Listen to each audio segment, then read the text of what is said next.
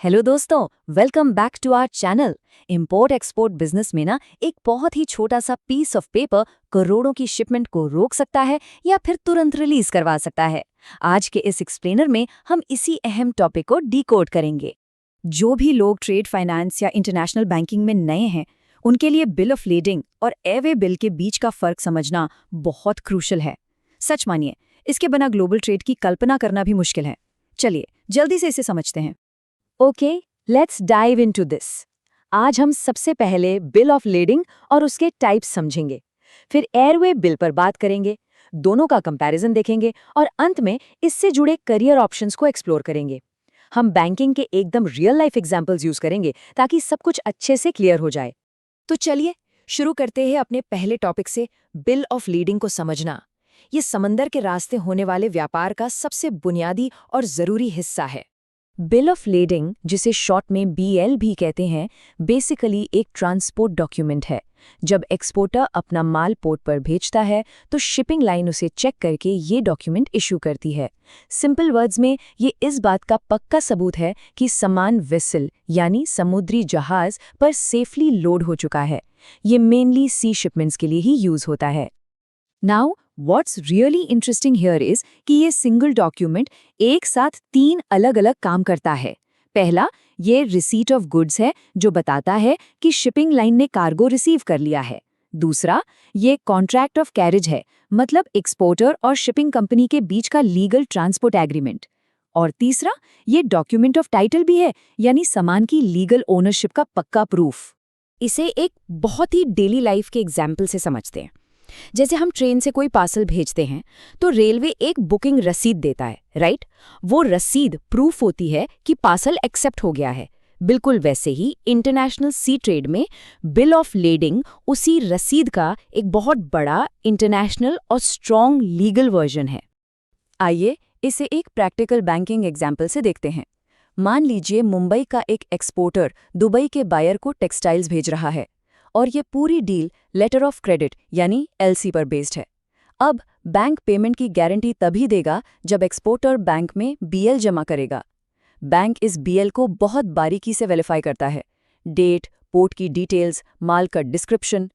Trade finance operations literally इसी verification पर टिके होते हैं, क्योंकि यही साबित करता है कि माल वाकई दुबई के लिए निकल चुका है।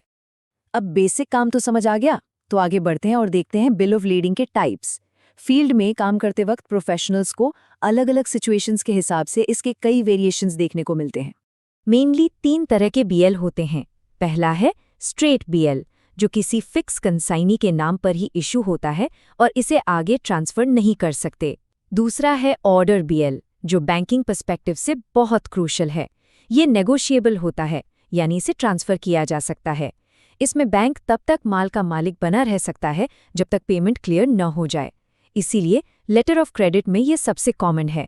और तीसरा होता है सी वे बिल, जिसे तब यूज करते हैं जब बिना ओरिजिनल कागजात के सामान को पोर्ट से बहुत तेजी से रिलीज करवाना हो। अब बात करते हैं एयर वे बिल यानी AWB की। अब हम अपना पूरा फोकस समंदर की लहरों से हटाकर आसमान की तरफ शिफ्ट कर रहे हैं। एयर कार्गो के भी अपने बहुत ही कड़े और अलग रूल्स होते हैं। तो एवे बिल क्या है? ये वो ट्रांसपोर्ट डॉक्यूमेंट है जो स्पेसिफिकली एयर कार्गो के लिए यूज होता है। विशाल जहाज़ों से अलग ये आसमान में उड़ने वाले विमानों का डॉक्यूमेंट है, जिसे एयरलाइंस या उनके ऑथराइज्ड कार्गो ऑपरेटर्स इशू करते हैं। एकदम सिंपल टर्म्स में ये एयर शिपमेंट का फाइनल प्रूफ है कि माल उड़ान भरने के लिए बिल्कुल तैयार है। So the crucial point is, और इसे हमेशा याद रखिएगा, कि बिल ऑफ लीडिंग नेगोशिएबल हो सकता है, लेकिन एवे बिल जनरली नॉन नेगोशिएबल ही होता है। इसका मतलब है कि AWB कभी भी मालिकाना हक यानी ओनरशिप का डॉक्यूमेंट नहीं होता। ये महज एक रसीद है कि एयरलाइन को सामान मिल गया है और डेस्टिनेशन पर ये उसी को मिलेगा जिसका नाम इस पर लिखा है। इसे एक हाई स्टेक्स एग्जाम्पल से समझते हैं। मान लीजिए दिल्ली से किसी फार्मा एक्सपोर्टर को यूके बहुत ही इमरजेंसी में जीवन रक्षक दवाएं भेजनी है। एयरलाइन दवाइयां रिसीव करके AWB इशू करेगी। अब क्योंकि दवाइयों के केस में टाइम बहुत क्रिटिकल है, तो इस AWB नंबर के थ्रू एक्सपोर्टर और बायर दुनिया भर में शिपमेंट को ट्रैक कर सकते हैं। और बैंकिंग प्रोसेस में यही AWB लेटर ऑफ क्रेडिट के लिए शिपमेंट प्रूफ का काम करता है, ताकि एक्सपोर्टर को टाइम पर पेमेंट मिल सके। और अब बारी है इन दोनों के अल्टीमेट शोडाउन की, बीएल बनाम एडब्ल्यूबी। ट्रेड फाइनेंस और लॉजिस्टिक्स के बिगिनर जॉब इंटरव्यूज में ये सबसे ज्यादा पूछा जाने वाला सवाल है, तो इसे ध्यान से समझिएगा। ये कंपैरिजन दोनों के डिफरेंसेस को बहुत ब्रिलियंटली इलिस्ट्रेट करता है। एक तरफ है बिल ऑफ लीडिंग, जो सी फ्रेट के लिए है, नेगोशिएबल है, ओनरशिप का प्रूफ है और इसे शिपिंग लाइन इशू करती है। दूसरी तरफ है एयरवे बिल, जो एयर फ्रेट के लिए है, नॉन नेगोशिएबल है, ओनरशिप नहीं बल्कि सिर्फ एक रसीद है और इसे एयरलाइन इशू करती है। इन दोनों को अलग अलग समझना इंटरनेशनल ट्रेड के कॉन्सेप्ट्स को एकदम क्रिस्टल क्लियर कर देता है। डेफिनेशंस और रूल्स तो हमने समझ लिए, लेकिन अब आते हैं सो व्हाट पर। आखिर इस नॉलेज का रियल वर्ल्ड में फायदा क्या है? चलिए देखते हैं कि ये प्रैक्टिकल जानकारी इंडस्ट्री की ग्रोथ और करियर बनाने में कैसे काम आती है। अगर किसी के पास शिपिंग डॉक्यूमेंटेशन, बीएल और एडब्ल्यूबी की ये प्रैक्टिकल नॉलेज है, तो आज के टाइम में बहुत ही लुक्रेटिव करियर ऑप्शंस खुल जाते हैं।